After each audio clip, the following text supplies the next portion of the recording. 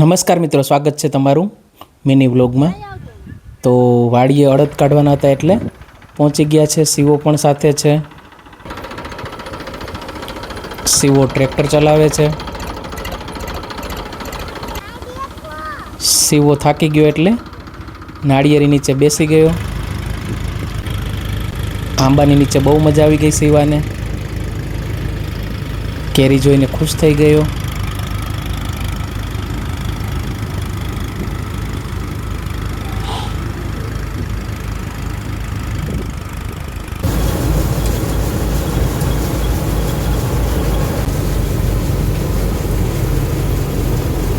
અડદ કાઢવાનું કામ ચાલુ હતું।